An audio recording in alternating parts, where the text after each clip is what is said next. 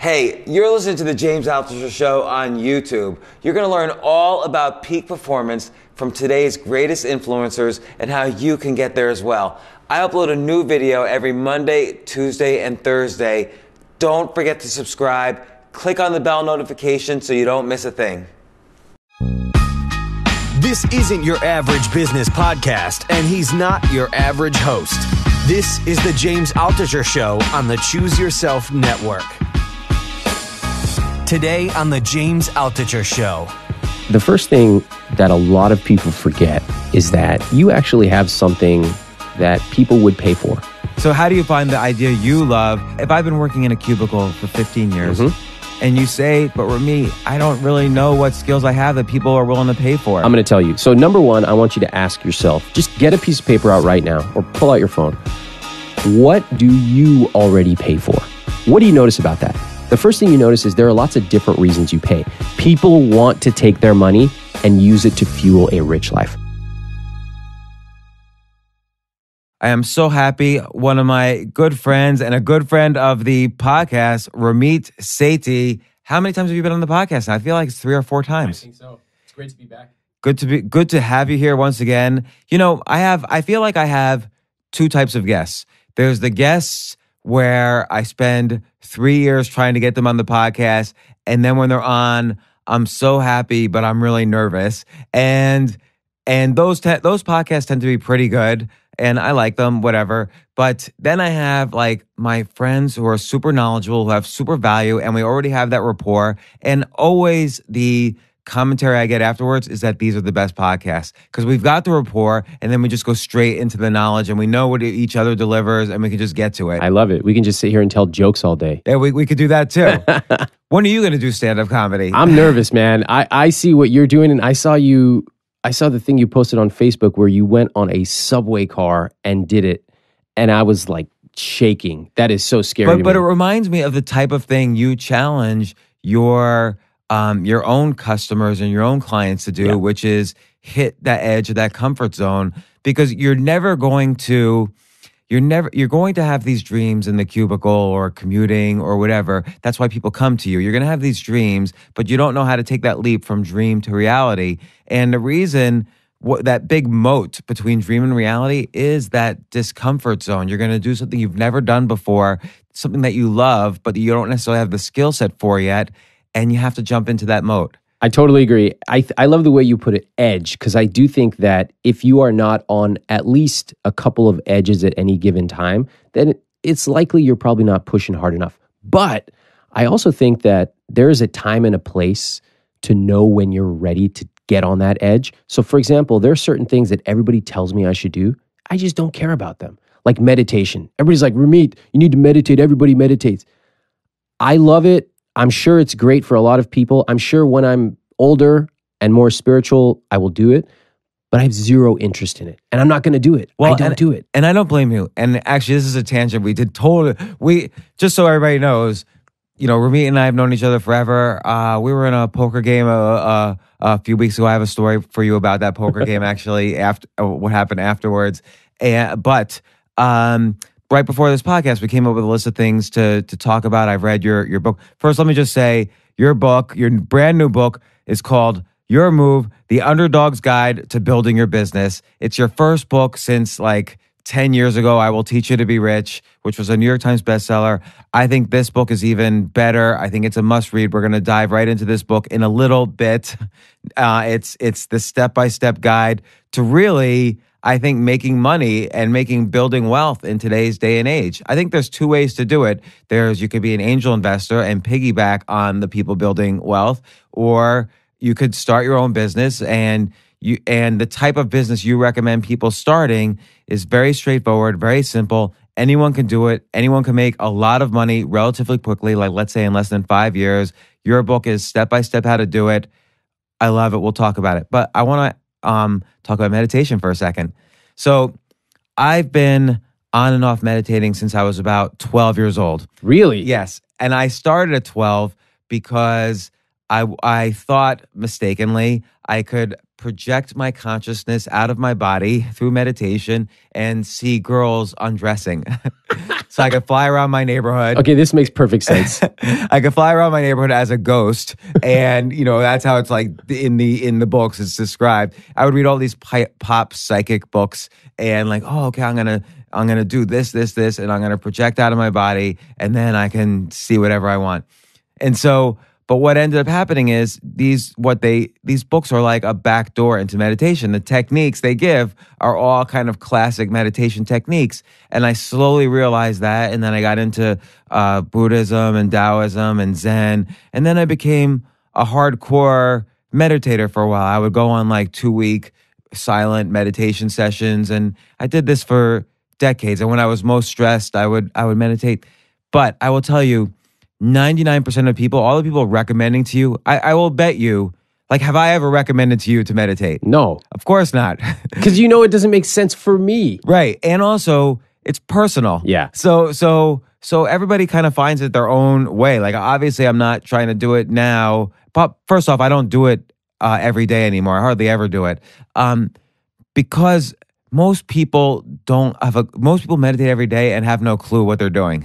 And after doing it for 37 years, I will tell you they have no clue. Not that I'm going to ever teach a lecture on it, but I will say people say meditation is a practice, but they sort of forget that the word practice means practice. Right. And it's not that you're meditating for a half hour a day so that you reach this fake sense of enlightenment. There's no such thing as enlightenment. I have never met anybody from the Dalai Lama on down who's hit this mysterious comic book phase in their mind called enlightenment, where now they have powers to like lift things and appear on different parts of the world. There's no such thing, but it's practice for the other 23 hours a day, where if you get stressed or if you start thinking, boy, my boss is an idiot, meditation is really practice for stopping those kind of negative lines of thought and saying, oh, that's what I was practicing for, was now I can use my thoughts more efficiently. I'm not going to think that way. I'm going to think of something more efficient for myself. Yeah. And that's all Buddha really meant either. Buddha was a total atheist. He never mentioned God in any of his writings. His whole thing is that suffering happens. You're always going to have suffering, but you can stop it by just recognizing that it comes up in your brain and switching focus. And the meditation is just practice for that recognition. I think it's great. I think I'm not a critic of meditation per se, but I really like what you said. It's a practice, and it's also one method to get to where you want to go. Only one method. There's so many. What I internally chafe at is when you start to see these fads kind of coming across society, and then you feel that if I'm not doing that, I'm missing out. And it's everything from food, right now in New York, avocado toast and poke, super hot. Oh my God, avocado toast. Let's take a piece of bread, toast it in a toaster. Put it in Nolita and sell it for $22. Yeah, smear like the tiniest bit of avocado on it. Yeah, $22. It's insane. You should read my rant about avocado toast. Just Google it. I got really mad one night and just went insane. So wait, hold on a second. Ivan, the audio engineer, where is my pad and notes? Are you going to write this down? Yeah. Google Ramit Sethi avocado toast. No, because maybe I'm going to include this in my stand-up act. I'll just steal directly from you, whatever you say, because you're always funny in your posts. Oh, thank you. Thank you so much, Ivan. So then you hear everybody talking. Now it's morning routines and meditation. And I think there's value in that. But I also think that you don't have to do what everyone else is telling you. So like I wake up, I do everything wrong. I wake up, the first thing I do, I roll over, get my phone out, start looking at Instagram, Twitter, like everything you're not supposed to do, I do that. Oh my God, I love the anti-morning ritual. You just gave me another post. But here's the thing, like how do you still stay focused and successful if you're doing everything wrong? Well, the answer is most of your success, most of your focus, it doesn't matter if you're rolling over and you're meditating for 5 minutes or you're looking at Instagram. What matters is all the systems, all the habits you've put in place before that morning ever came around. So a successful morning is like 80% determined the day before. Do you have your calendar? Do you know what you're doing? When did you go to sleep? When did you go to sleep? That is number one. That's super important. In fact, I've only recently started to really focus on my sleep and set sleep alarms. Be as rigorous at night as I am in the morning. So you wake up, you feel good. Instead of feeling like grumpy, you're actually smiling. You get up. Some people get right to work. I take like an hour and a half, almost 2 hours in the morning. I'm really leisurely. And then by the time I get down to work, I know exactly what to do. I have the links like perfectly aligned. They're all there.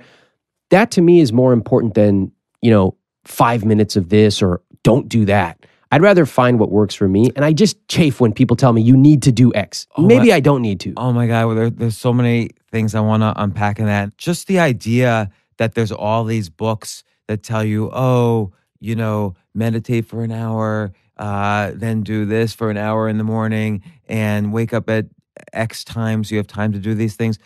There's this whole genre of business self-development. I don't know when it started. I feel I'm gonna take a little credit, and I feel like I kind of helped start it, but you did too. You did too a little bit. Yeah, you're nicer than I am now. And I feel there are so many bad business development books out there that really provide a disservice to people who want to start businesses. Because they forget about one thing. They love talking about vulnerability. They love talking about your daily practice and, drinking jasmine tea. They only forget about one thing, actually getting good. Right. So why is that? Because it's way harder to talk about becoming excellent. It's way harder to talk about picking up the phone and talking to customers. It's way harder to talk about resilience and what happens when your first product launch fails or you spend a year building something and nobody wants it. It's much easier to say, light that candle and think about positive things. Now, I'm not saying don't do that. Yeah, do the to-do list. Like everybody's got a specific kind of to-do list. You don't need a to-do list. You need a calendar. Put it on your calendar and then move on. Yeah, no, and I feel like this whole business self-development, or I don't know what kind of genre you call it, this business personal development genre, which combines self-help with business help, is just a scam.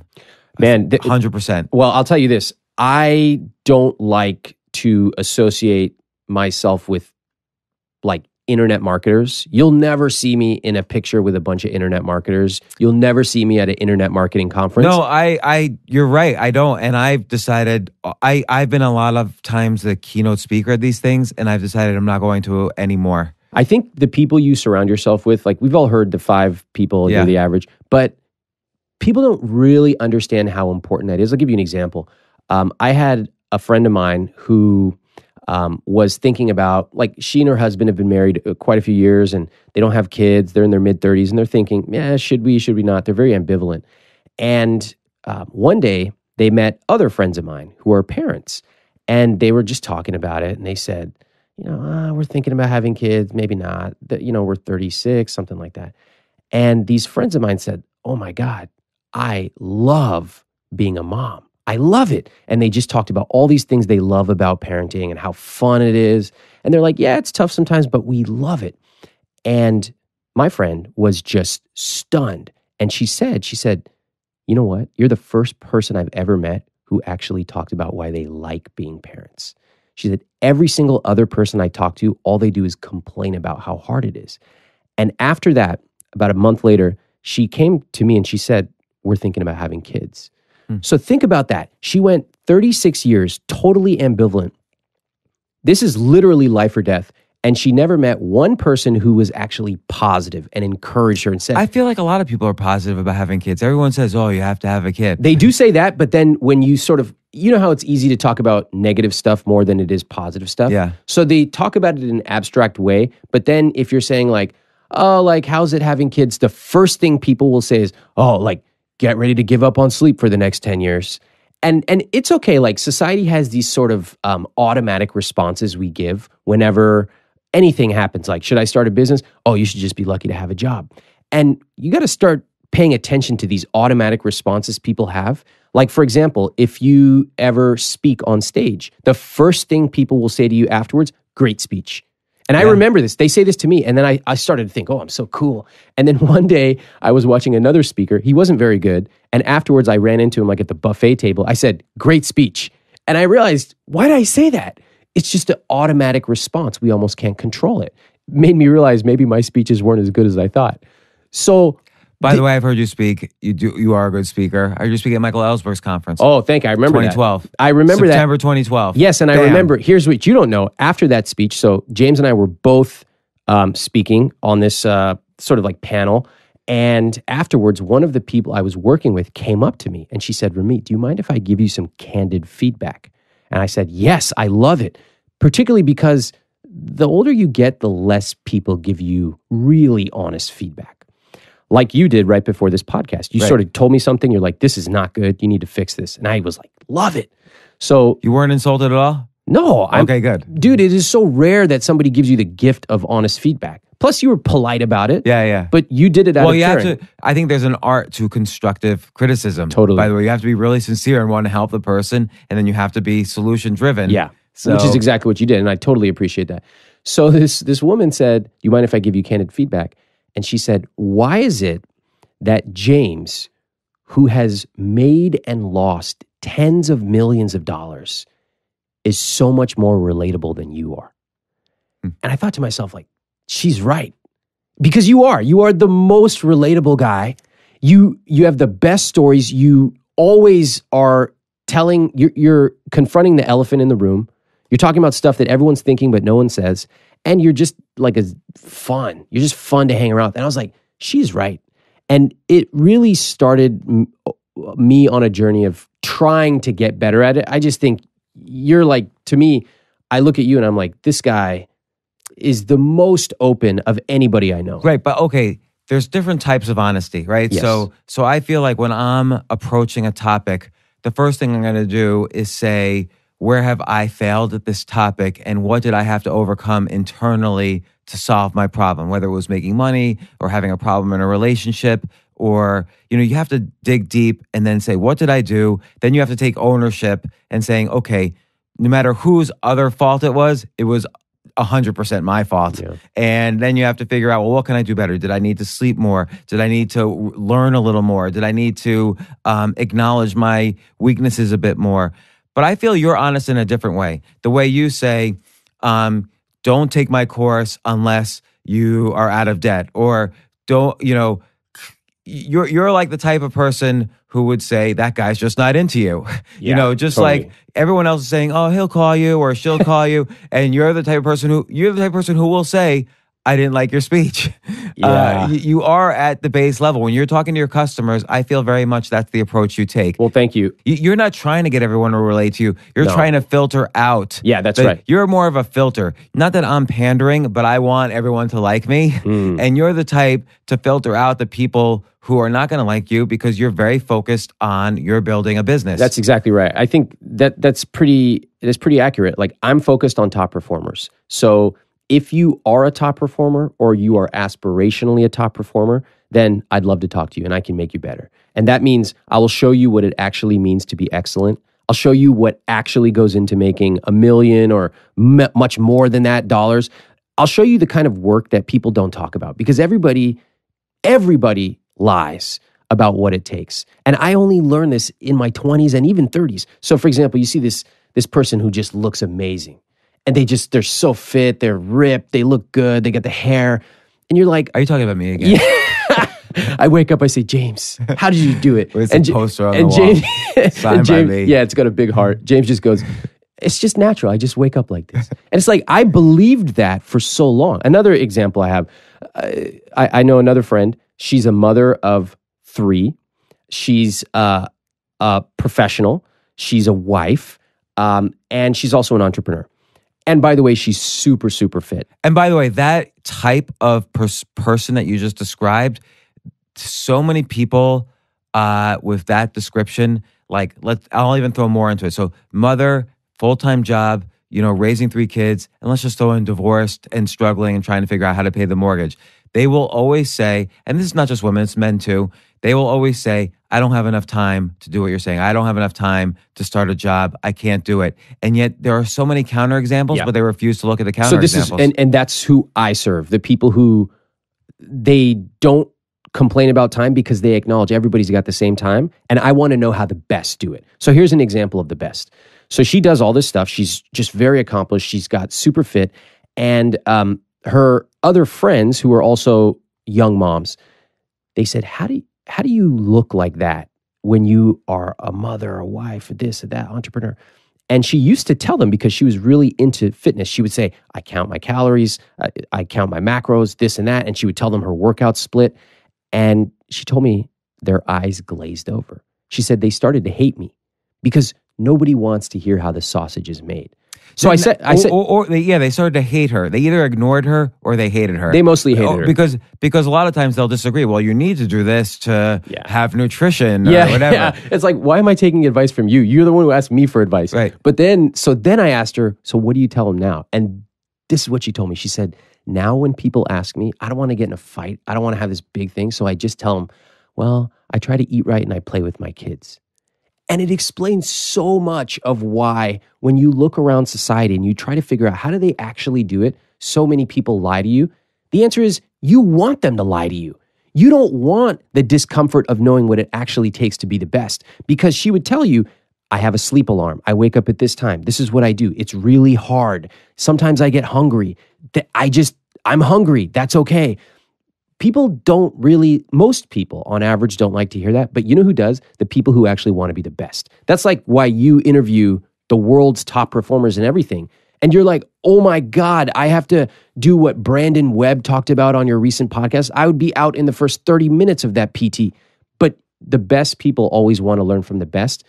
Average people get intimidated by hearing from the best. You know, it's interesting because I don't like to have business guys on the podcast, even though I'm sort of kind of what do you call it, like pigeonholed into that area. That's where you find this podcast on iTunes and so on. There's very few businessmen or businesswomen on this podcast, just because I really love peak performance, and that is so much more important to me than business performance, because I feel like if you're good at understanding the language of peak performance, whether it's skateboarding with Tony Hawk or being a sniper with Brandon Webb or being a musician with Coolio or a billionaire with Mark Cuban, if you learn that language of peak performance, you're going to succeed at whatever it takes to, if you need to make a lot of money, if you want to write a best-selling novel. I think today or tomorrow's podcast or last Thursday's podcast, I released Alex Berenson, who's written 11 bestsellers.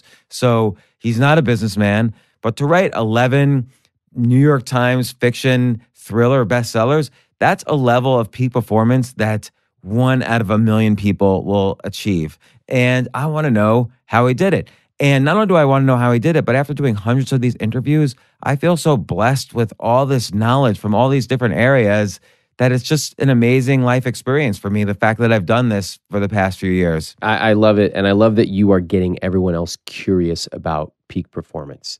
And what does it mean? Because for too long, it's been, let's pander, let's give you some easy answers, and then you should feel good. You actually dig in, and I love it. I love that you're creating this entire generation of people who are curious about what the best do and how they do it. Like, that's why I'm here, and I feel very blessed to be asked about this. Well, and your book, Your Move, it really is, it does describe the entrepreneur experience, because like I was talking to somebody yesterday, he was quote unquote pitching me an idea, and this is how the pitch goes. I want to create a left-wing radio network, and I'm like, well, tell me from beginning to end what happened with the network that Al Franken and Janine Garofalo and all these guys did that was like a left-wing radio network. And he said, oh, and he started taking out a notebook. I'll have to look that one up. I don't know it. And I'm like, it was the only thing, it was the only left-wing radio network ever, and it failed. And, and he said, well, I could talk about current TV. And I'm like, okay, well, that was Al Gore's, bought by Al Jazeera, but look at all the, there was lots of reasons it was bought, not just because it was a left-wing TV network. And he's like, and then he said, well, Bernie Sanders had 20 million votes. How many people do you think will listen to him if he's on TV every day?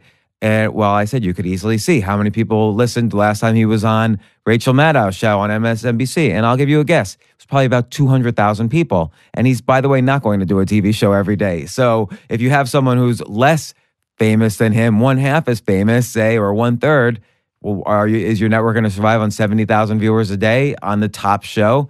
So, And he's like writing all this down. He said, okay, when can I've been working on this business plan for 19 years. Like he's literally said that to me.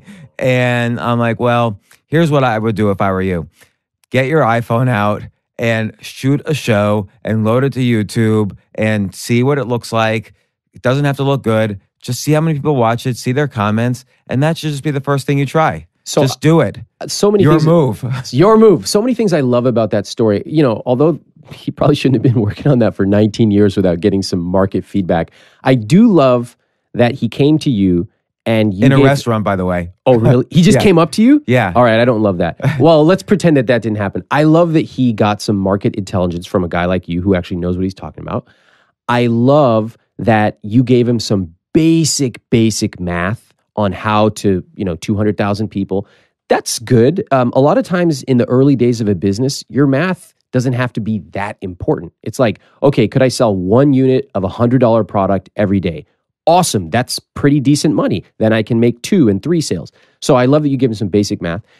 I also love the idea of let's stop waiting for some magical answer to come around, for Bernie Sanders to knock on my door and agree to shoot a TV show with me. I love that you said, get on YouTube and do it. So many times I see that we create all these roadblocks and milestones for ourselves when it's like, hey, it doesn't have to be perfect. Just create a horrible video on YouTube and just put it out there and see what happens. Yeah, could be horrible. People will say, this is horrible. That's fine. That comment doesn't really count. What's interesting is to see read between the lines of the other feedback. So because if you just shoot a video with an iPhone and your competition is shooting, video with 6 of the most high-end cameras in a professional studio, of course, it's going to look different. But you're now looking to see structurally, what people forget, and this is why I love your title, Your Move. What people forget is that doing something is so much more important than thinking and planning. Oh man, it's just like swimming. You could read as many books as you want about swimming, get in the water, and it's a totally different game.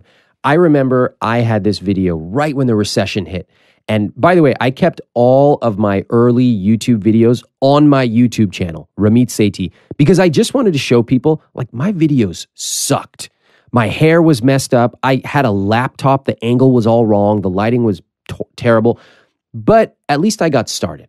And I just started to record these things and I would talk about whatever. So I remember one day the recession hit and I recorded this video basically saying, don't worry about this Chicken Little stuff. Focus on the long term. Keep saving. Keep investing.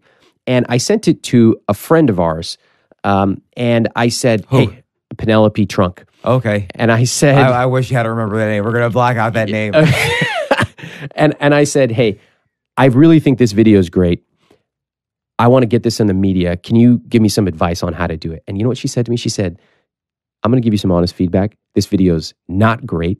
You have a eye tick in your left eye. You have a verbal tick. You have this, you have that. You need to tighten it up. I would record this about 10 more times before you even think about spreading it. She probably was correct, but she also had an agenda in her advice. That may be true. What I remember about that is at least I recorded the video. Yeah. And I got that feedback from somebody who gave me some good feedback. It was good feedback. And since then, if you look at the videos now, I got this professional crew and I have all these cool cameras. Oh, no, you look like you're on like a real news studio. Yeah. Which you should, by the way, because when you see it, people don't realize this. When they go see news, like the ABC morning news on their local broadcast, ABC, it looks totally professional, but all it is a desk with a logo. Everyone's wearing a suit and cleanly shaved. And in the background, it looks like there's screens with things happening. And then there's nothing else. If you actually go to the physical location of the studio, you could see I could have done this in a garage. But it James, looks like really professional. You're telling me the Empire State Building is not actually behind the studio? No, it's so crazy. It's like I visited the other day Bill O'Reilly's ex studio, which is now it's a ghost town, because I was watching a friend of mine go on Fox and he said, "Oh, right here is Bill O'Reilly's studio." It's now all covered. Wow. It's just though it was just a desk with like a screen behind it. I remember going on the Today Show and I was pretty young. I was like, humble brag, Today Show. Yeah, I just woke up one day. I just walked on the Today Show and they first of all they sat me down in makeup, okay, And I had gone on maybe a couple of TV things, but nothing like this. I mean, this was really the big leagues. And the makeup lady, they're very nice. And she starts like spraying water on my face. And, I'm like this guy. I don't know what this, I said, why are you spraying water on my face? And she literally put her hand on my shoulder. She goes, oh, honey, is this your first time on TV? And I didn't know it was foundation or whatever it is they spray out of this thing. So they finished doing my makeup. It doesn't take that long for a guy. It's like 3 minutes. And she goes, okay, this is your first time with real makeup. Take a look. And she goes, what do you think about yourself? And I looked and I was like, I look amazing. And she's like, that's interesting because most guys, when they first see themselves in makeup for the first time, they actually hate it because we've never seen ourselves. So I walk in the studio, $25 million studio. I mean, the lighting is just like, you don't know it at the time, but it's just very professional. When I watched the clip later, I was like, man, that is probably the best I will ever look. I had the best professionals making me look good with the best lighting and the best everything. But those studios, there's something, they know what they're doing, right? They do know what they're doing. They make you look great. The anchors are the best people in the world. They're the most relatable. Oh, it's a different world. They're very likable. Like that's a very difficult skill. And it's a skill, by the way, you have to master as a business person. So your likability is, we discussed it already. You have this filter where you say, if you didn't do this, don't think you can apply to my course. Or if you're not willing to put in the work, don't think you could apply. That's almost like standoffish. But at the same time, if people get through that filter, it's very likable. People appreciate your being honest. And then from that point on, you have a very likable persona that you bring through your course. You bring them through your courses. Somebody made a comment somewhere that once they actually join one of my courses, I'm actually a lot warmer. And I will say, I never try to be rude on purpose, never.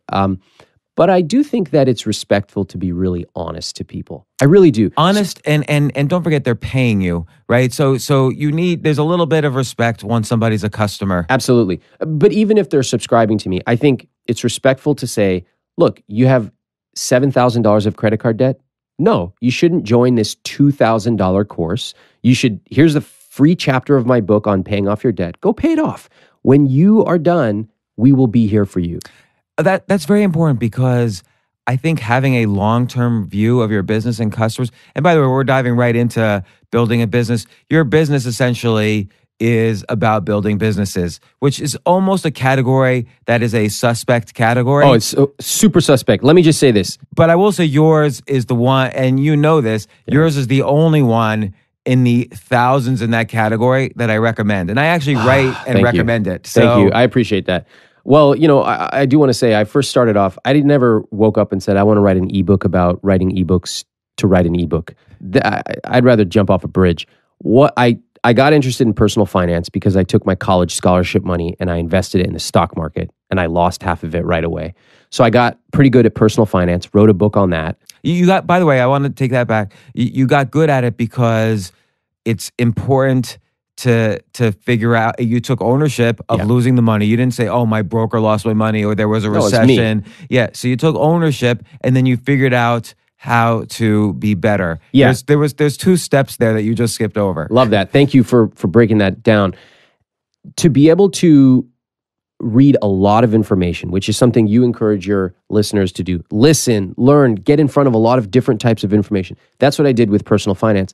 And the second part of that is actually learning what's true and what's a lie. So a lot of the stuff I read from Wall Street was just point blank a lie. Let's stop to take a quick break. We'll be right back.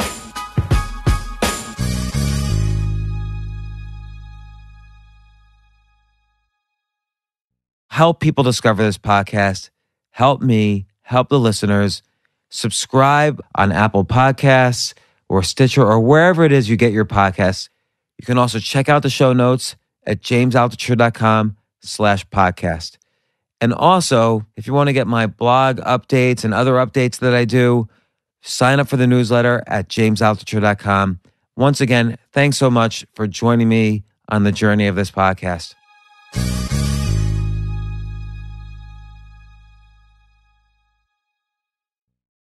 let's go back and forth on just giving people some sample lies in the money or Wall Street space. I'd love it. Hold on. Do you have another 10 hours here? Because I could tell you all about Wall Street's lies. And by the way, people will fight it to the bone.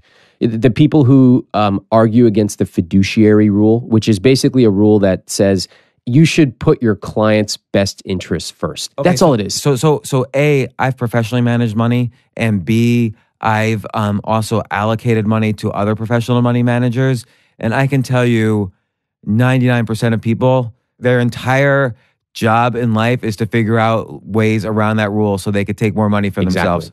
Yeah. So, by the way, this is all going to seem very apocalyptic and dangerous for the average consumer. But the good news is you don't need to pay some fancy broker or wealth manager. You can actually do all this stuff on your own. So I don't want anyone to think that Wall Street is trying to get one over you. They are, but you can win the game anyway. So some lies they tell you are you need to invest in their actively managed fund because they have expertise.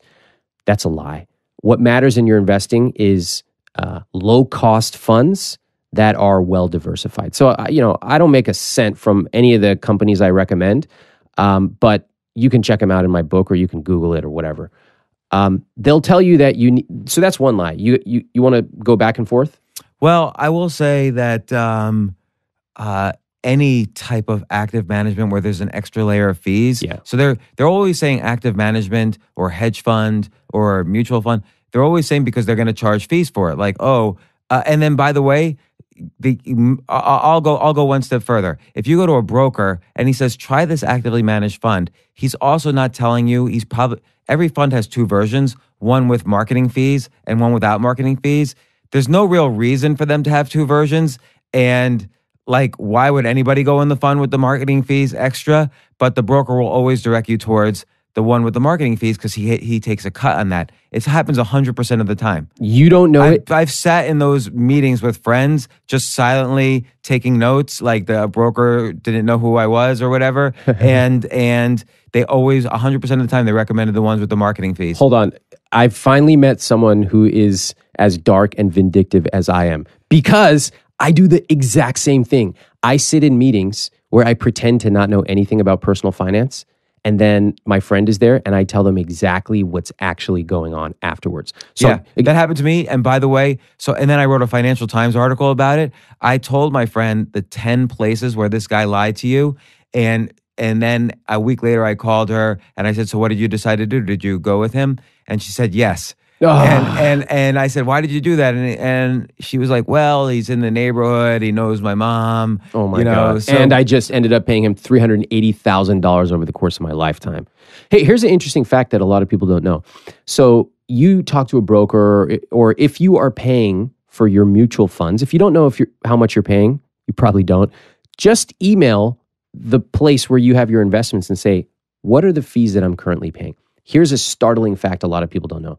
If you're paying 1%, so your assets under management, you're paying 1%, that can reduce your investment returns by over 25%. If you're paying 2%, that can reduce your investment returns by over 63%. That's insane. The math is not intuitive. It's totally counterintuitive. And that's how Wall Street wins. Because 1% fee doesn't sound like that much. 1% to do all this money stuff, that's not bad. But that's hundreds of thousands of dollars out of your pocket into Wall Street.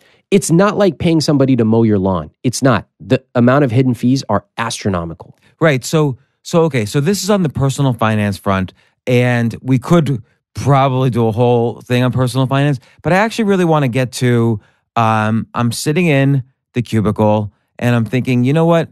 I hear these guys talking about how to start a business or how to make money. There's three things I don't know. I don't know what I love enough to pursue making money on. Can it make money or not? I don't know where to begin. And then I don't know how to scale it. And then I don't know how to balance my time with it. I feel like those three things are included in, the first steps of your move. Mm-hmm. So if I want to actually start, I have to find something I love doing. Otherwise, it's pointless to me. And if you don't love what you're doing, it's not like we have a lot of people write to me and say, "Oh, what's my passion?" or how do I find my passion, or how do I find my love? You have many things that you could love doing, and then some of them will intersect with making money, and some of them won't. But you do need to love what you're doing a little bit, or else the people who do love it will compete with you and win.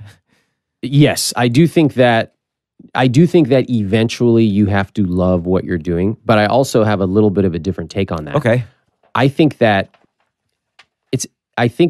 when you get really good at something, you fall in love with it. So which is the Mark Cuban approach. He has said that, but I don't believe him, because if you look at him, he loves two things. He loves making money. Mm-hmm. He really loves it. He loves business. And some people do love business.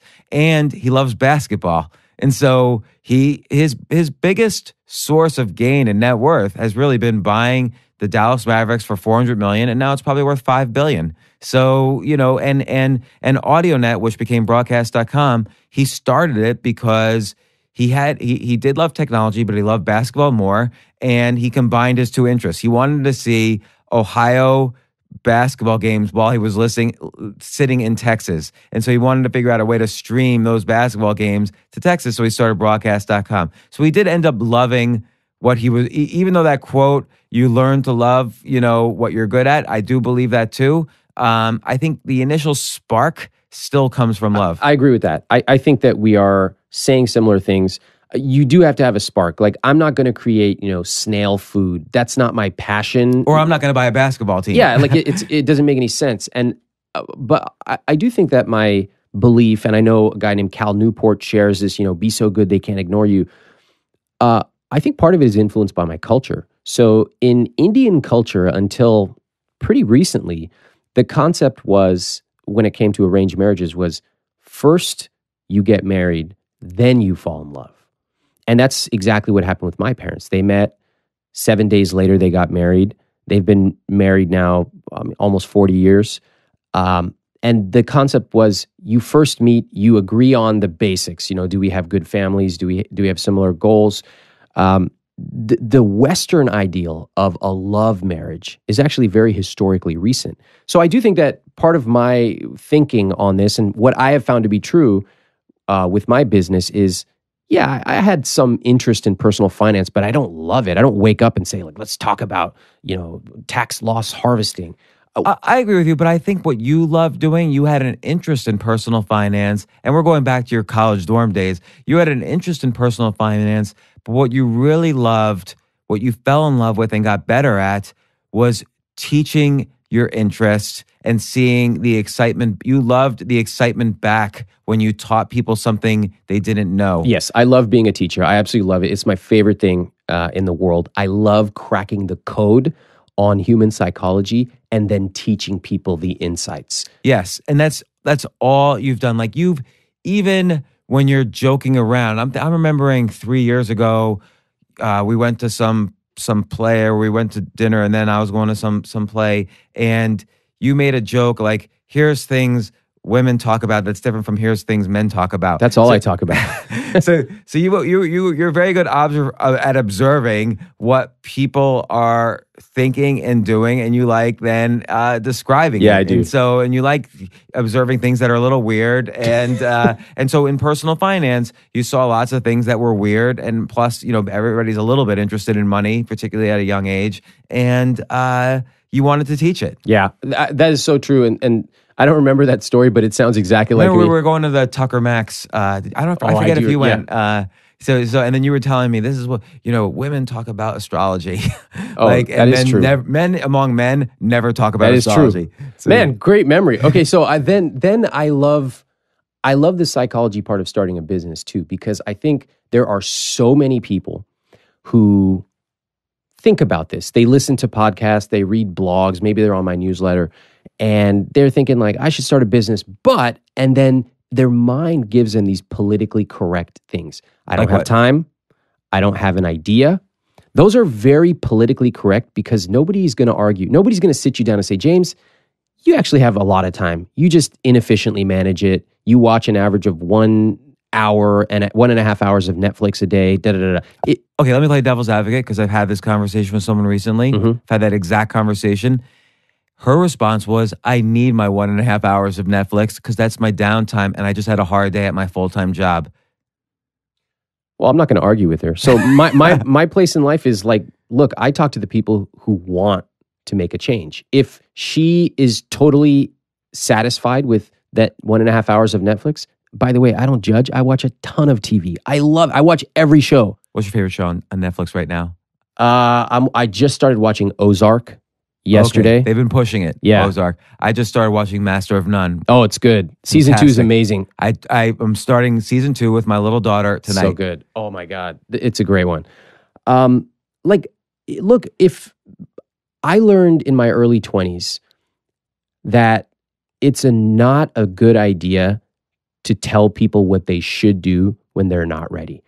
And this is where I started to learn that what people say is often not what they mean. So we'd be sitting around the dining hall talking about, overdraft fees or whatever money thing. And I had been researching personal finance for like years at the time. I knew this stuff. And I said, you should, I'll teach you everything you need to know about money. Like an hour, it's free. And they would be like, okay. And then they would never come to my class. Never. And I used the word class charitably. I was like sitting on the couch in the dining hall. By the way, you have another example in your book, Your Move, where you offer a course, the Earn 1K course for, let's say, I forget what the price is, whatever the price is, $2,000. And you had friends who said, Ramit, can you share the course with me for free? We're friends. And you would give them the course for free, and then you would check the analytics, and you would see not a single one of the friends who got it for free ever opened it. They never got value what they pay for. That's right. They never got past module 1. And this is the argument. We're going. I promise we're going to get into kind of the nitty gritty details of building a business, because I think this is the important part of your peak performance, and also I want to help the listeners. But I think it's important to acknowledge you have to charge, and you mentioned this over and over again. You taught me this. You have to charge for what has value, because people will not value what they don't pay for. Now, I write every day for free. I write an article every single day for free. This podcast is free. I love doing this. I want to give it for free because I know it will hit the biggest reach. I don't want to put a subscription wall because I know then there'll be less people listening, less people sharing. But I think there are some things that you put so much value into and have so much value you have to pay for, or people won't. You have to charge for, or people won't value. Let me give some thoughts on this, because I think it's one of the most... And people are afraid to charge. They're afraid. They're afraid to be salesy. Yeah. I want to talk about this because I've spent the last 15 years thinking about this, and I've come to some pretty counterintuitive conclusions. So number one, I give away 98% of my material for free. You have to, by the way. I think rule number one is that you create your biggest value for free. I agree. Because you have to tell people who you are and how you're the type of person who's going to overpromise and overdeliver more than everyone else. So 98% huge value for free. I think that's step number one in building a business. Step number one. And then we have an internal goal, which is our goal is that our free material is better than anyone else's paid stuff. And I would so valuable. I would challenge you right now, come sign up for our newsletter, stay on it for 6 weeks, and tell me if there's any other newsletter as good as it for free out there. So that's our goal to ourselves. Then there's a concept that I want everybody to internalize, and that is they got to put some skin in the game. And I want to give you some examples from business. I want to give you some examples from dating. There's a million different examples. So in business, the way I grew up, Indian people, my parents were very much like, help out anyone who needs help. Don't even think of charging if they're a cousin or a relative or anybody. Just help them. And I did that. That's fine. Over time, as you get busier, you start to need to narrow things down. You can't just help everybody forever, because if I get 2,000 emails a day. If I sat and answered every single person's email, that's all I would do every single day. Right. And, and I think it's very important to know you can either focus your time on writing one thing that helps 200,000 people, or writing 2,000 letters, to help a few hundred people or whatever. And you can go between those. So right now it's you and me, one-on-one. We're having a great time, but you're also going to help hundreds of thousands of people listen to this. You can decide what you want, but you can't just help everybody forever at a one-to-one level. If you're good, then you won't scale. But let me ask you this, because in your book, you do say what's a big differentiator in your business to other kind of online information businesses is that you communicate directly to customers. Yeah. So how do you balance that? There is no balance. You just, if you're doing something you truly love, when somebody emails me and asks an interesting psychology question, first of all, I read every email I get, every single one. And I actually respond to a lot, like hundreds a day. If you're in any of my Facebook groups, you see me, I'm in there active. So I do agree that a lot of people, they try to imagine they're like this Goldman Sachs CEO just like directing a fleet of black cars. It's like, no, stop thinking that. Roll up your sleeves, get in there, do things that don't scale. So you're talking one-on-one. But you also need to be cognizant that you could spend your whole life answering one-off Facebook questions. You need to create assets that are going to build for you. So let's back off a second, or not back off, but reel back. I want to get back to the skin in the game because that's really important. But how does somebody find the idea that they want to build a business around? And by business, let's just say very specifically, I'm just gonna make something up. I'm gonna build a business that teaches people how to lose weight, 1,000 times faster. So, and then I'm going to write a 1-page course and I'm going to sell it for $10 to 100 of my friends, and I just made $1,000. So that's like a mini. That's a bad business, and I'm just describing in a very simplified version business. Good. Okay, so how do you find the idea you love that you could write something about or make a course around, whether it's video or text or whatever, that I could start then selling to somebody? And I just gave my friends as a first example, but then we're going to scale it. The first thing that a lot of people forget is that you actually have something that people would pay for. And the way you have to get your psychology straight on this, because if you don't, it just feels like an impossible chasm to cross. But if I've been working in a cubicle for 15 years, I graduated college with a degree in sociology. No judgment on that. You learned a lot. I did that. Okay, you graduated with a degree in sociology, and then you worked in a cubicle at an accounting firm for 15 years. And let's not even say an accounting firm. You worked in a PR firm or you're a paralegal for 15 years. And you say to Ramit, I don't really know what skills I have that people are willing to pay for. I'm going to tell you. So number one, I want you to ask yourself, just get a piece of paper out right now or pull out your phone. What do you already pay for? So a lot of people never stop to make the connection that, think about the things you pay for. You pay for an oil change. Why? You could change the oil yourself, but you pay someone. You pay at a restaurant. Why? You could cook the food yourself. What else do you pay for? Most people don't pay for a personal trainer. Most people don't buy books either. What else do you pay for? Netflix. Why? You could go outside. It's 3-dimensional. There's so many things that we pay for. I pay for somebody to clean my apartment once a week. So that's a service that I could do myself. What am I doing there? I'm paying for convenience. I'm trading money for time, etc. So let's start by just making a list of the things you pay for. What do you notice about that? The first thing you notice is there are lots of different reasons you pay. You might be paying Netflix because it's pure entertainment. You might be paying somebody to cook a meal at a restaurant because, you just don't want to. It's convenience. Maybe it tastes better. Wait, think about a restaurant for a second. You're not only paying for somebody who has studied cooking to cook a meal for you with hopefully the best ingredients you wouldn't necessarily find in a store, because he's going down to the local fresh foods market in the morning, picking out the ingredients. Now he's got a recipe he learned in cooking school, and he's going to cook that for you, and people are going to serve that to your table, and then they're going to clean up for you. The cleaning. And you get to go. And notice you're not going in the back, kicking down the door of the kitchen and saying, show me your credentials. You just want that lobster or those nachos. That's it. Right. So it's really important to see what you pay for and why. That's number one. And the key point of this whole thing is, hey, you already pay for a lot of stuff. And if you are, 18 years old and you don't pay for anything, ask your friend who's 25. They definitely pay for stuff, and your 40, 60-year-old parents if you're 18, do. You might pay for games. You might pay for in-game purchases. You're paying for mobile apps. You might be paying for books or comic books or whatever, or certainly you're paying for clothes. Perfect. So then the next thing that I want you to do is I want you to write down what skills you have. Now, the skills can be things like I speak Spanish. You better put I speak English, because that's a skill.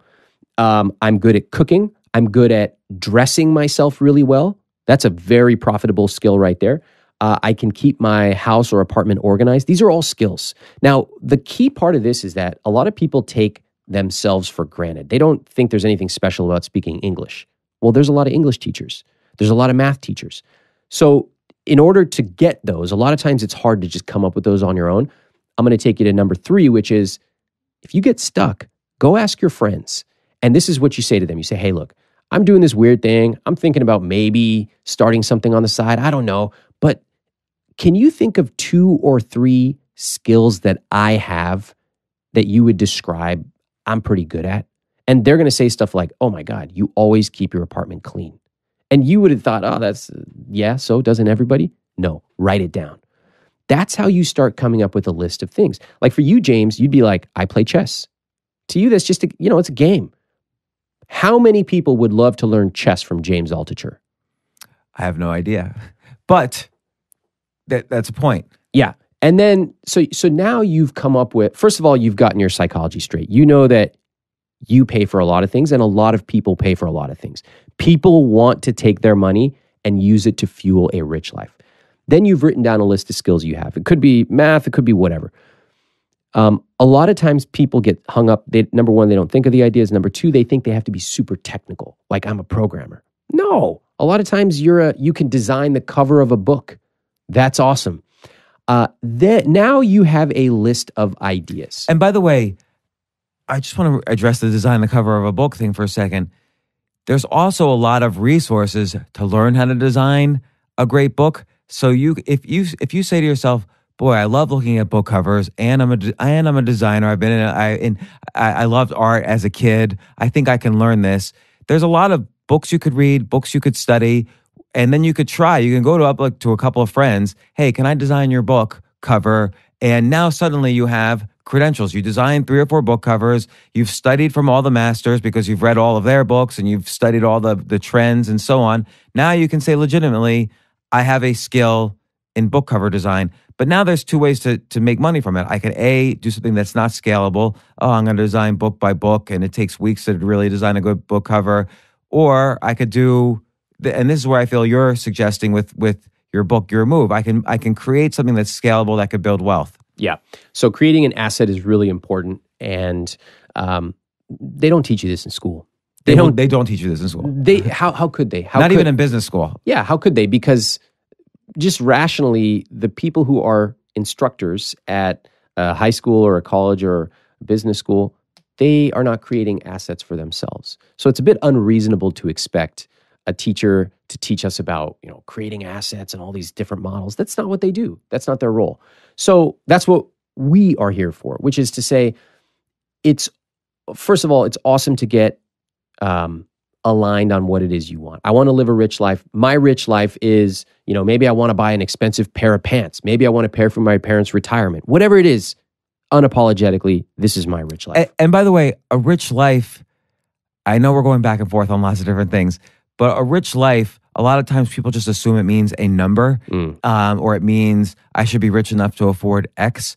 And look, I give a lot of credit to Gary Vaynerchuk. For him, a rich life means he wants to own the New York Jets or New Jersey. I don't even know what state they're in. He wants to own the Jets. So, and that's going to cost him like $1 billion.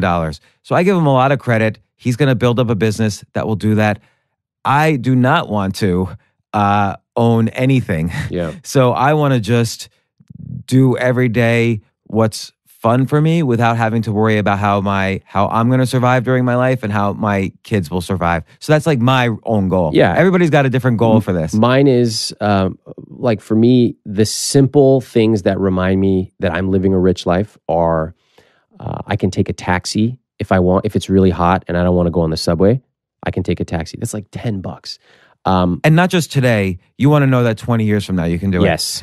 I want to know that if I go out to a restaurant, that I can order appetizers.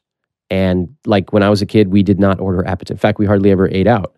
But like, I can take people out to eat and I can pay for their meal. That's a rich life. And this summer's been so hot. My new rich life motto is, I experience a rich life when I walk in my apartment and the air conditioning is on. Right, so you can leave it on Yeah. when you leave, which That's some it. people can't do. Yeah, and so yeah, of course, once in a while I want to take a 5-star trip and I want to stay in the coolest hotels, and I do that once in a while. But day to day, a rich life is much simpler, and that's what it is for me. Some people really don't care about that. They have totally different needs. The thing that I think this is an important exercise, though, because it reminds me of something in Tony Robbins' book, or maybe something he told me, where he said, "What do you want?" To somebody in his audience, and this kid thought he was being, great. Oh, my goal is $1 billion, and Tony Robbins said, "Let's break that down." I mean, a year and a half ago, most of my listeners know I threw out almost everything I owned because I realized I didn't really want anything, and so I have 2 outfits and 1 bag and a laptop and a phone and a toothbrush and maybe a couple other things like a Kindle or whatever, or something to read with. But I don't really want anything else except experiences. For me, I want to be able to have just about any experience I want that day. how do your listeners react to that when they heard that you did that? I don't know for the bulk of them, but I think the questions I got was, do you really only have 15 items? And the answer was yes, although I count like my socks as like an item, and I count like an outfit as an item. So I have like an outfit. So I have 2 to 2.5 outfits, and then a computer and a Kindle and a bag and a toothbrush. And that's really about it. So I don't have anything else. And then they thought, well, it takes money to live in Airbnbs. And on the one hand, it does, but on the other hand, I'm not buying any furniture. I'm not putting down first month's rent, last month's rent, security deposit. I'm not paying a lawyer to write me a reference. So in New York, you need all sorts of references to rent an apartment, or to buy. You need a lot of cash to buy. I'm not shopping for tons of food that I end up throwing out, which most people do, whether they realize it or not. I'm not paying I'm not paying for all sorts of extra things that other people pay for. I'm not paying for a lot of clothes. Here's what I love about this. Like, first of all, I have zero interest in doing what you're doing, right? Which is fine. Yeah. I don't recommend it, by the way. Exactly. But I love when I meet somebody who says, like, this is my rich life. Yeah, it's kind of weird, but here's why I'm doing it. I love it. Here's how it makes me feel. I can afford it. I've engineered my life and my business to support this, and I'm having a great time. Like, you're not going to see me vagabonding around New York. That's just not my style. But I love that you're doing it and sharing that example with people. I think every single one of us has some weird thing in our rich life that we would love to do, but it makes us a little nervous to talk about it. Makes us a little weird. Like, I have a private chef. It's a little weird. I didn't talk about it for many years because it's pretty indulgent. But I love it. And by the way, when you have a private chef, and I don't have a private chef, but I'm just using your example. You don't have to take the time to go out to a restaurant. I hate waiting in a restaurant, particularly if I eat a little faster than my friends. I hate waiting. Yeah. So with a private chef, you're not waiting. They're using great ingredients, so you're going to be healthy. You're probably not paying that much more than a restaurant, but you have now this extra time. And it's not like your private chef is also bringing over a bag of extra nacho cheese Doritos to put in the middle of the table. Hey, I thought you'd maybe munch on this while I'm cooking. Like, you're not buying all these extra snacks that that's then gonna go from the table to your stomach. I think that, tell me what you think of this. I'm curious. I've been playing with this idea. I think that if you claim something as a priority and you're not spending at least 10% of your time or 10% of your discretionary budget, then maybe it's not a priority. It depends. I'm trying to think what I spend. I think that's right, because I'm always in favor, find the 5 things you love doing and then just go all out doing them. So for instance, we mentioned earlier in this, I've gotten into stand-up comedy lately, and I went on the subway, I did stand-up comedy. For me, now 10% of my time at least is spent on improving. Let's say, I would say there's 100 micro skills involved that people don't realize, and getting better at that macro skill of stand-up comedy. It's particularly stand-up, not any other types of comedy. Not like humor. Humor is a different skill. Stand-up comedy is a different skill. Writing comedy is a different skill. But within the umbrella of stand-up comedy, there's about 100 micro skills, and I probably spend at least 10% of my time on it. But it's not separate from the other things I do. it's me then describing how I'm learning and how I'm trying to get better at something benefits everybody, all of my readers who are also trying to get better at their skills to have a business, for instance. So what you're saying is you're not just adding on an extra 10% of time to study stand-up. You just put on a new set of lenses. The stuff you're doing now, you can actually interpret through these stand-up lenses. Yeah, and also I want to study what it is, how I'm getting better. And I want to study how am I dealing with failure? What's the psychology of when someone heckles me? Because that happens in daily life. Someone says something to you out of nowhere that you don't like and that makes you feel very uncomfortable, like physically uncomfortable. How am I psychologically dealing with it? I can't blame him because my rule is to take ownership of what I'm doing. So how am I dealing with it? And that's something I could translate into the other things I do, which includes writing for my readers in a way that helps them. Yeah. And so anything I do, I make sure I can always translate it into something I can write about that's relatable to everyone. So one of the things that, talking about astrology, and one of the things that a lot of us love is discovering patterns about ourselves. And that's why people love astrology, because it's like, oh, James, you're the kind of guy who blah, blah, blah, blah, blah. And no matter what I say, you're going to lean in. You cannot stop listening to the end of that sentence. So I'll give you a little suggestion on how to learn a little bit more about yourself. A lot of times we don't really know what our priorities are, or it's hard for us to articulate what is valuable to us until we look at our own behavior. So one simple thing to do for everybody listening would be, if you don't have a calendar, start a calendar. You don't have to do it forever. Just do it for the next 2 weeks. If you have one, go back and look at the last 2 weeks and see where you spent your time. And just create a simple pie chart. Like, I spent this much time at work. I spent this much time walking around at the gym, eating, whatever. And you're going to learn some pretty surprising things. It's the difference between what we think we value and what we actually value. I'll also dig one step further in that. If you work at a 9-to-5 job, keep track of every 15-minute period, what you're doing then. You could do it at the end of the day, or you could do it once an hour. What did I do for the last 4 15-minute periods? Because a lot of times people don't work 9 to 5. They're surfing the web part of that time. They're texting with their friends. They're taking a cigarette break. They're on an hour and a half lunch break. Not being critical of any of this, but I think I noticed when I had a 9 to 5 job, the average person there probably worked about 3 hours of the 8 hours. And I'm not exaggerating. They would come in a little bit later. They would leave a little bit earlier. They had days off, so I averaged it in. They had cigarette breaks in the morning, and in the afternoon, they had a lunch break. They had the water cooler breaks, the bathroom breaks. They probably worked and they probably had meetings too that were useless. So they probably actually worked and created value for their company 2 to 3 hours a day. That's important to know because for me, for instance, I started my first business during those extra hours of free time I realized I had on the job at my full-time job. But now let's get back to how do I find what I love that I can do that I can also sell, and how do I sell it?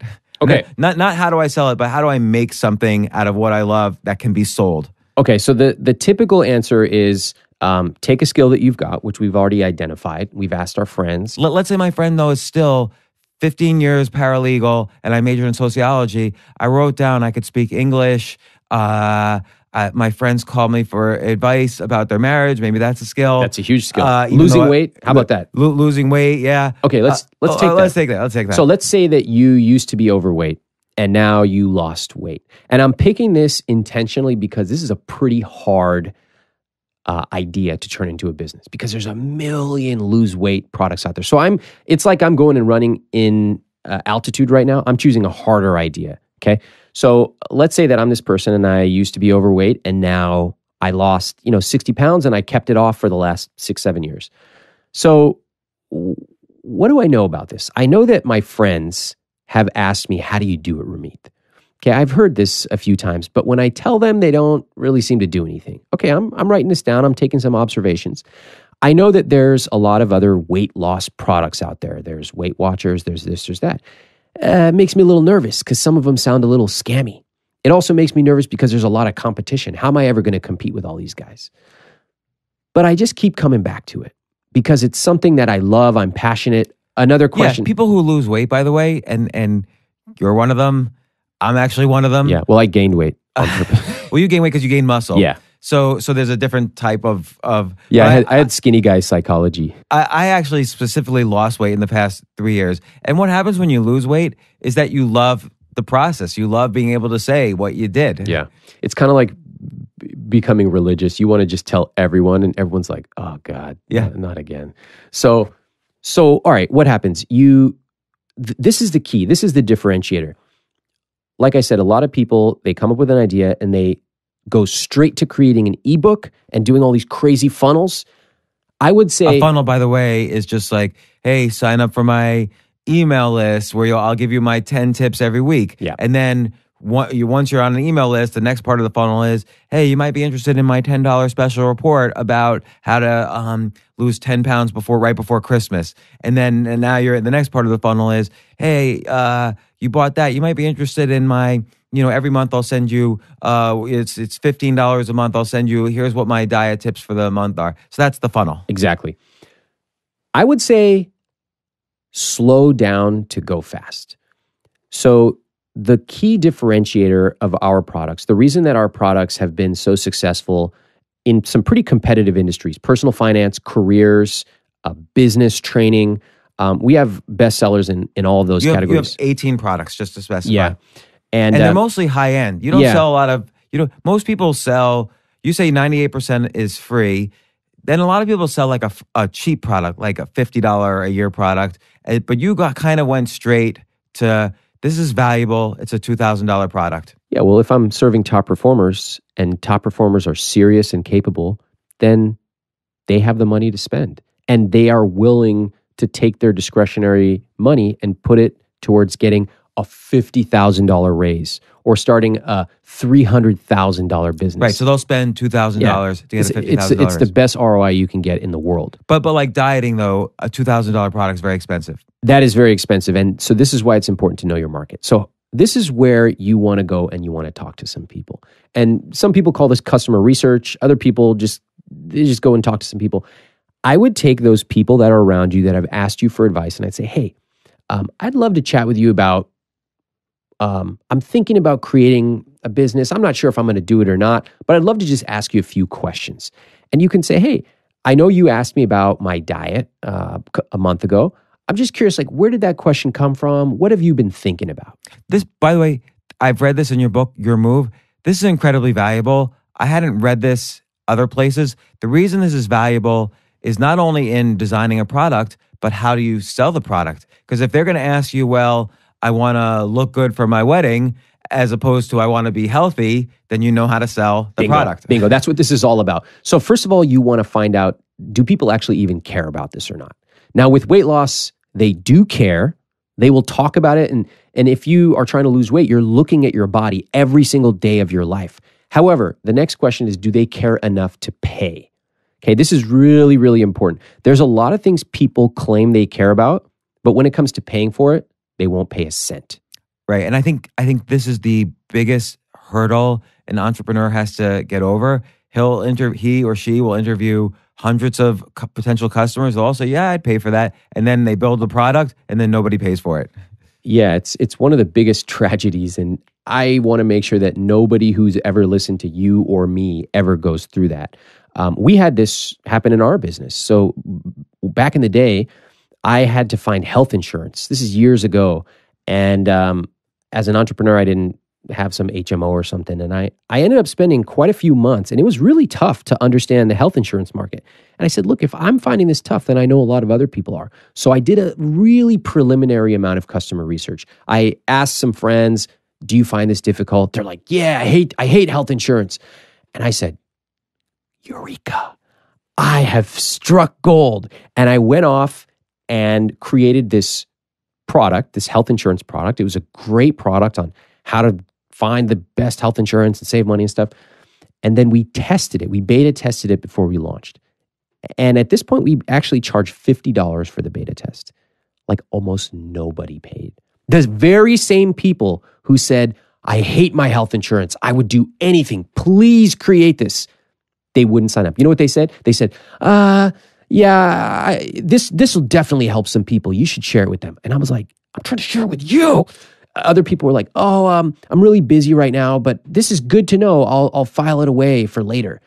And there is no heartbreak like having gone and spent a year building something that they told you they wanted and that they don't buy. We killed that product. We never released it to the public. We never will. But how will you ever know then what somebody's willing to pay for? There's a simple, we call it a green light benchmark. A green light benchmark means you've hit the number, check the box, move on to the next step. That's one of the differences that we teach in our ZTL, Zero to Launch product, which is how do you know you're ready to go on to the next step? How do you know you're ready to start building this product or selling this product? Or what is your conversion rate that you should be targeting? The way you know is you're doing customer research, right? So back to the weight loss person. And you're saying, tell me about this. They're telling you, I've been struggling with my weight for years. And you ask them like, what have you tried? What's worked? What would it mean to you if you were able to lose weight? It's a really powerful question. And then you say, then you get a little skeptical because you don't want to believe everything somebody says.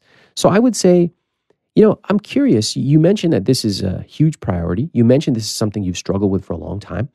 There are a lot of great weight loss products out there. Why haven't you tried them? Or can you talk me through that? Now, notice what I just did there. I was very soft. I wasn't accusatory. But I want to know, are these people just complaining like those health insurance people? It's easy to complain about health insurance. Or do they actually want to pay for a solution? The way you know is when at least 10 people say, hell yes, please take my money. Please put me down on your list. Please, I will give you the money right now for when this product is created. When you have at least 10 who say exactly that, then you're ready to go on and create. So let me give you an idea. And you've never done this, but someone could potentially do this, which is I have some ideas about weight loss. I go to 50 of my friends, whatever. They tell me why it's important to them that they lose weight. They tell me why they haven't been able to do it before. So I'm able to now come up with language that would really inspire people to buy from me. And then 10 people, as you say, are willing to buy. What if you don't recommend this, but what if I now say, okay, I'm going to launch this product. Here's a Kickstarter.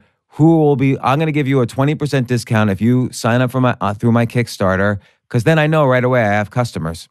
I'll tell you what I like about that, and I'll tell you what I don't like about that. What I like is you're continuing the momentum. You're always moving forward. In business, you're going to sometimes just get stuck and get paralyzed. And something I learned when I went through a defensive driving course, the instructor was a Secret Service driving instructor. And they taught us something really interesting. They said, when you're a normal civilian driver and something crazy happens on the freeway, what's your first inclination? Slam on the brakes.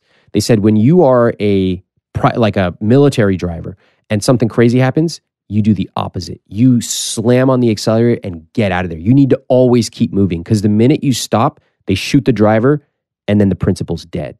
So in business, what I really like about what you said is you always keep moving. What I don't love, or what I would suggest maybe reconsidering is you could do it on Kickstarter, but now you're not building your own asset of your own email list, which is something, as you know, is incredibly valuable. The other thing is you don't need to give discounts. Too often people lean on the crutch of discounts. If people really and truly want something, they will pay. And they will happily pay. But those are minor details. Those are minor because some businesses do operate off discounts, some don't. Yeah, exactly. So overall, I would say I 90% love that you're just keeping moving forward. I think the keeping momentum thing is interesting for any skill learning. So don't stop learning a skill that you love or doing something you love. Yeah, there's a phrase I have, and if you Google, I wrote an article on failure expectation.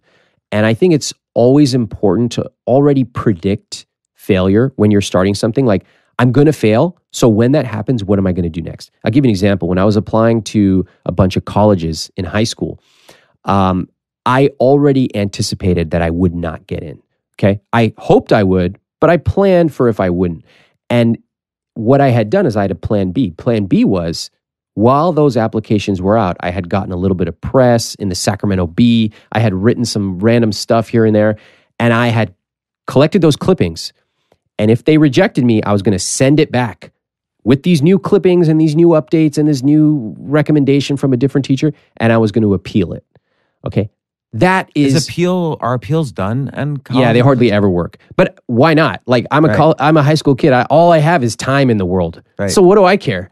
And it's so funny. So I ended up applying to like 65 scholarships, and I ended up paying my way through scholarships through undergrad and grad school at Stanford. And there's some article I read once where somebody I actually wrote out the system I used to find these scholarships. Oh my God, this is a course. Yeah. Well, the problem is I shared it, but I would rather just share it for free because people who are getting scholarships don't want to pay. Right. Very important point, by the way. If your market can't pay, you have a bad market. So if your market can't pay for one thing, they're probably not going to pay for yours to figure out how to not pay for the other thing. Yeah, exactly. And I made that mistake. Nothing wrong with that market, by the way. It's just not probably the ideal market to build wealth around. Yeah, it's the difference between having a hobby and having a business. If you have like a high school kid and they need help with their application or something like that, like I could help them. That's a hobby. And I would be happy to do it out of the goodness of my heart. But I would never start a business around that because they don't have the money. And that's fine. It's just, that's not a business. So I wrote about this scholarship system that I sort of built.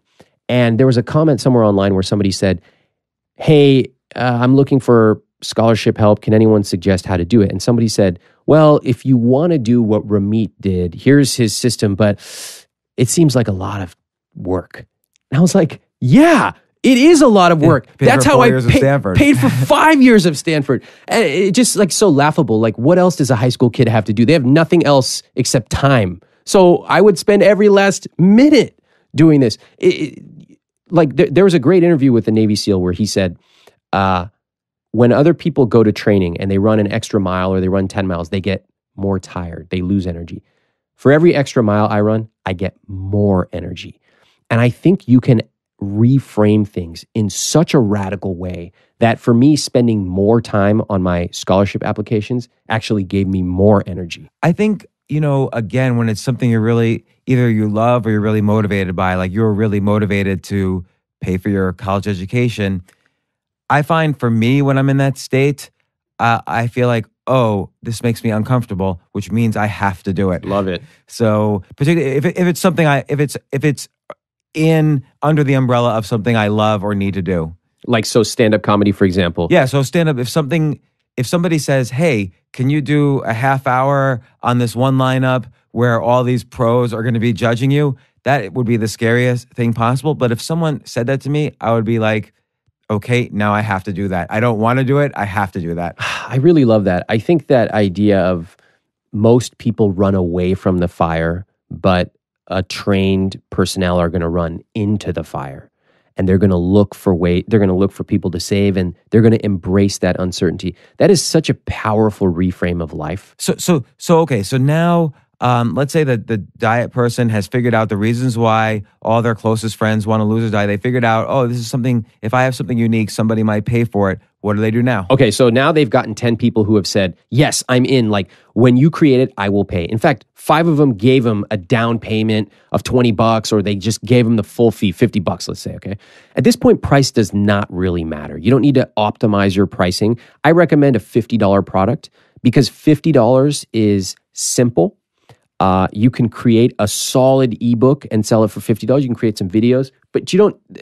Building a $500 or $2,000 product is much different. It's much more complex. Also, I want to add, if you sell 1,000 of a $50 product, which is $50,000, several things have happened.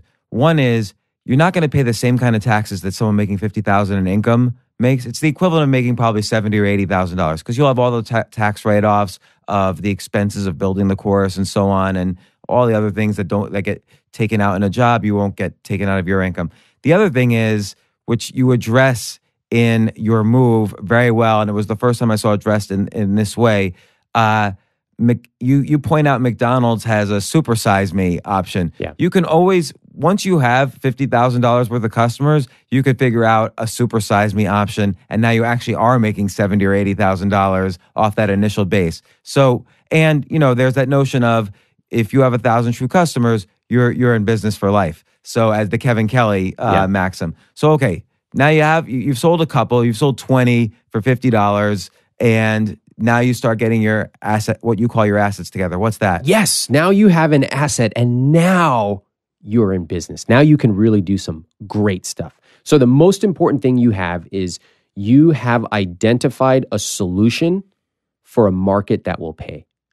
That is really important because if you had created the health insurance product, it might be a great product, but the market will never pay. So you've created something for an information product. By the way, the market would pay for that. A free website, comparison shopping. There's plenty of sites like that up there on the internet. That's what you were really competing with. That's with correct. That product. That is correct. And it wasn't the right product market fit. So once you have this, just like when I created that video that I thought was good, but then I got some market intelligence that told me it actually wasn't good, you're going to learn a lot of things. You're going to learn a certain amount of people are going to refund from your product. So you're going to want to figure out why. And the simplest way to do that is to email them and say, hey, I noticed you refunded. That's totally fine. Please keep the ebook with my compliments, but I'd love to hear 2 or 3 things that I could do to make it better next time. And there is a downsell option, which is once somebody refunds, I understand you refund. How about my $3 special report? You keep all the materials, but you also might want to buy my $3 special report, just 5 dinners, recipes you could do to lose weight or whatever. There you go. Another thing that you can do is to email the people who did buy. And my favorite question to ask them is, what convinced you to buy? Notice the wording is very, very deliberate. I'm big on copywriting. I have an entire copywriting course, and I've spent years really learning the craft of copywriting. By the way, I could tell that in the book Your Move, because that notion of asking people, why is this important to you, that leads straight into copy. Yeah. Learning how to ask questions in a way that is not feeling like an interrogation, but also gets you really honest answers. We put a lot of that in the book. And also it's really important to understand their motivation and how it intersects with Ramit's motivation if you're the one selling, or whoever is the one selling. Like, why did you want to create a product about personal finance or earn $1,000 more or earn $50,000 more? You have your own motivations, and they're going to intersect with the readers, and that's where copywriting really shines. It makes you likable, which is the first rule of copywriting. It shows social proof because you showed how you got through something, and then you start to get into what they need. I easily think copywriting is one of the top 3 skills that anyone who wants to be an entrepreneur should learn. By the way, I don't know. Have I officially recommended your copywriting course? Have you done it lately? I don't know, but copywriting is such a valuable. Let me just say flat up front, the copywriting is a valuable skill, like you just said, particularly in today's day and age where you're competing against Donald Trump's tweets, 50 new shows a week from Netflix, blogs, YouTube videos, twitch.tv, and so on. Copywriting is an important skill. Yeah, it sets you apart, it builds a relationship, and it scales. That's amazing. So copy that I wrote in 2010 is still generating substantial business. It's still building a connection with people, which is awesome. It's like an ongoing stream of amazing customers who then get to experience some of my best stuff, and then they get to experience some of my new stuff, which is like, it's perfect. So I just want to give somebody a business idea right off the top, just based on this. Go to your local dentist and say you'll create an email list for them, and then you'll write copy for them that will add to their revenues, and you'll do it for a small fee, and you do it once, and you demonstrate how much more revenue you generated for them. Now there's 600,000 dentists in the U.S. You have a complete dental email / copywriting package. This is how copywriting scales, and you could sell it to every dentist in America. That's $1 million idea right there. It's right there. So just to give you a couple of examples how you can take a simple idea and scale them to $1 million, I'll give you a couple simple ones. One is, let's say you're a personal trainer. Okay, I don't know, I'm in this fitness thing, but let's just say you're a personal trainer. So I have a personal trainer, and let's say I go 4 times a week and it's $100 per session, okay? So the guy's making $400 from me times 4 weeks, et cetera, et cetera. But think about all the revenue he's leaving on the table. What are some, now that he has a customer, whether it's with my weight loss ebook or as a personal trainer, your customers want more. So what would a customer want after they've got the personal training? Well, maybe they want help with their diet. Okay, so what could you offer? You could offer them an ebook. You could offer them a personal one-time consultation. You could even partner with a chef and offer them food delivery and take 10 or 15% right there as a fee. You could go further. You could do a summit once a year where 20 people come in at once and you teach them some new skill or advanced techniques. There's a million different ways. And I have the math somewhere. It might be in the ebook or somewhere else where we show how the average client, could go from being worth, let's say, $10,000 a year to like $90,000 a year.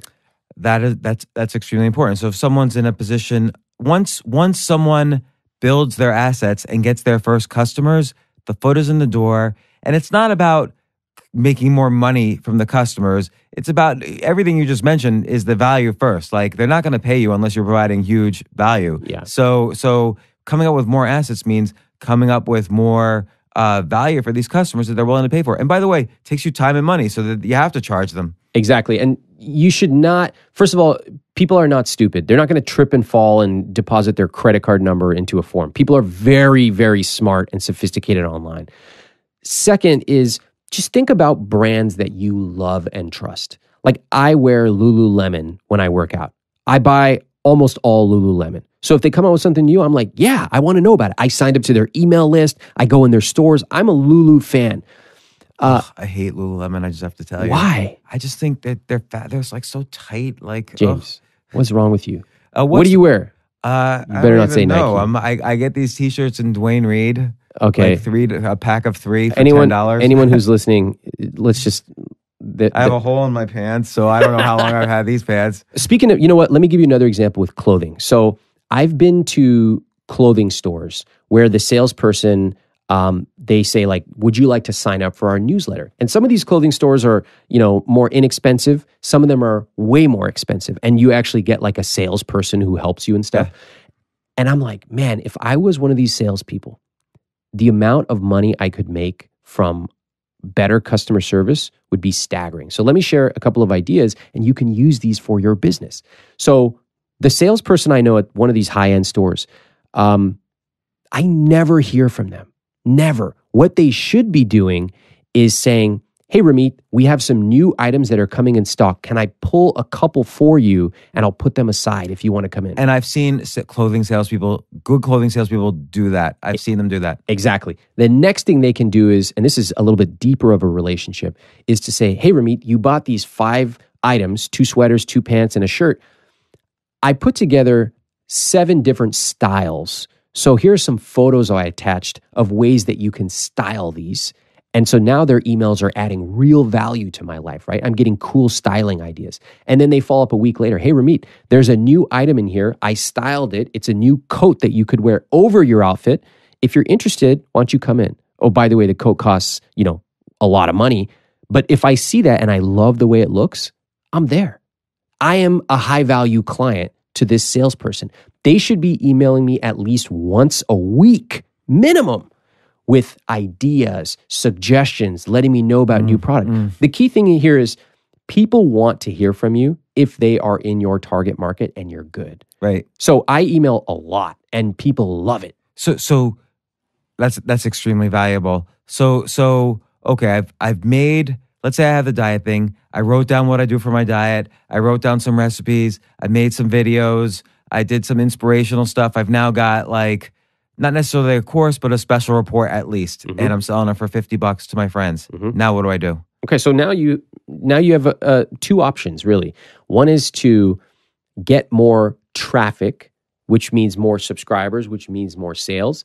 The other thing is to work on the back end of your business, which means creating more products. Now, what I would recommend at this stage is the first time you launch a product, you're going to learn, some of this stuff isn't as good as I thought, or I got a refund rate's a little too high. So fix that stuff up. I believe in building the fundamentals right. By the way, this takes 6 months to a year. Yeah. There's no fooling around. You're not going to do it tomorrow. Yes. But if you want to do something tomorrow, you can, which is I can go to 10 of my best friends and I could say, I'm going to give you the 10 points I did to lose weight. Will you pay me $10 for it? So if you want to start a business tomorrow and call yourself an entrepreneur, do that just to get the feeling and get that rush. But now the 6 to 12 months of work has to begin. It takes a lot of work. And I think everyone should appreciate that you're telling them the truth about it. Because it's really easy to lie and say, oh, you can make $1 million in 2 months. No, you can't.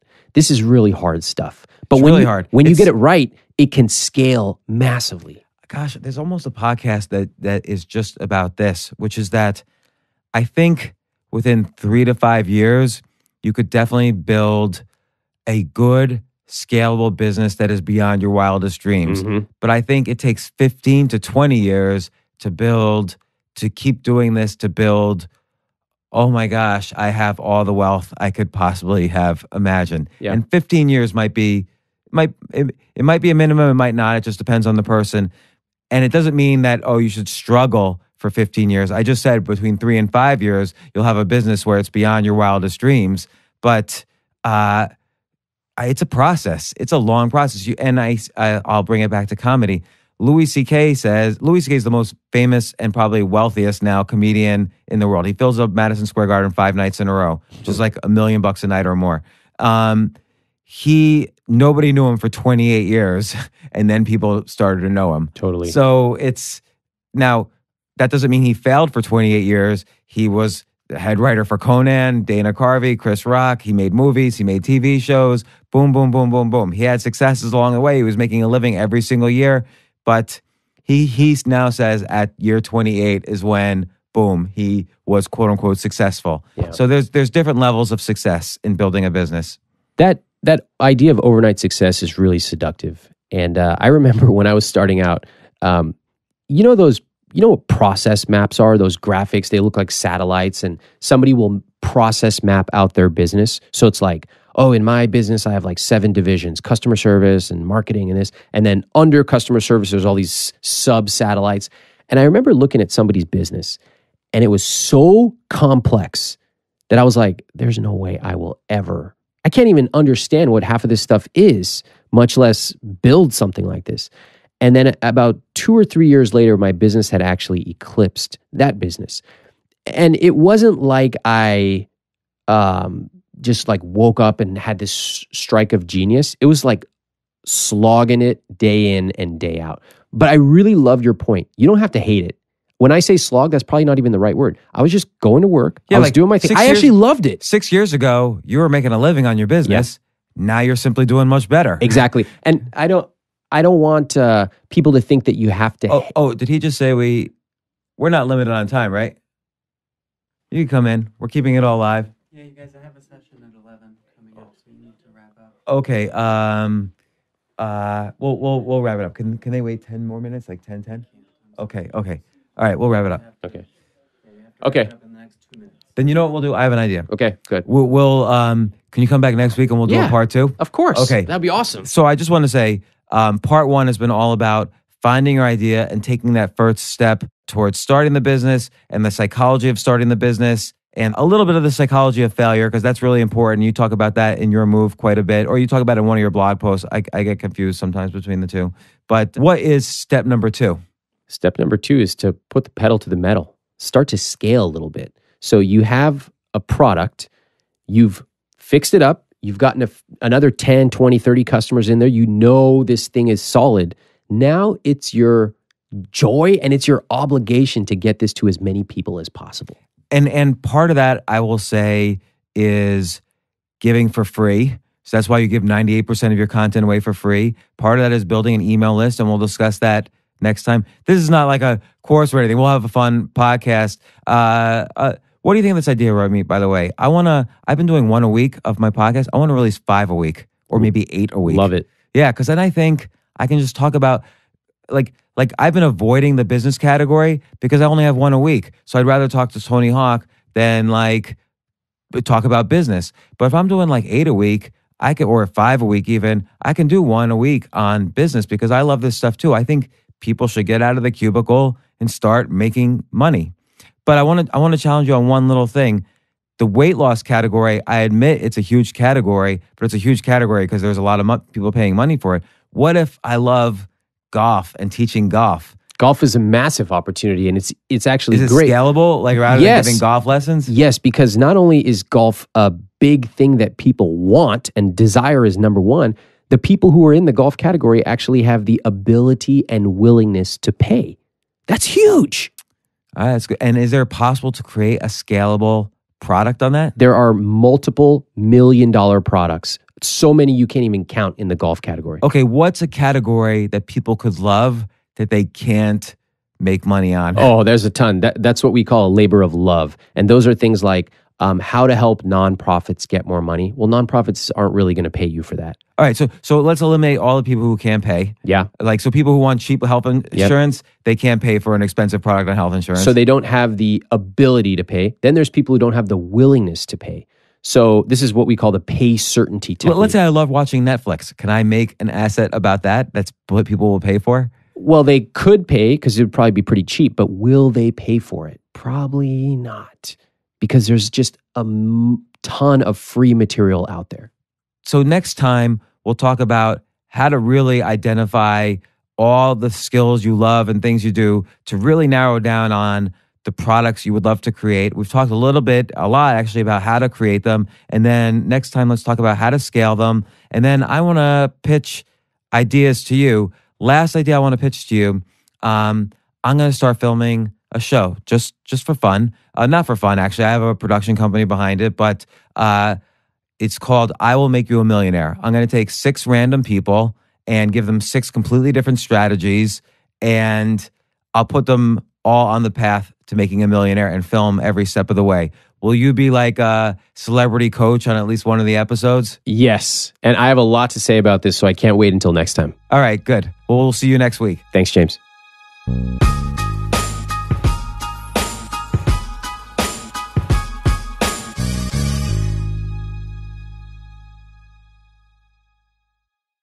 You know, I just want to say thank you to everyone listening to this.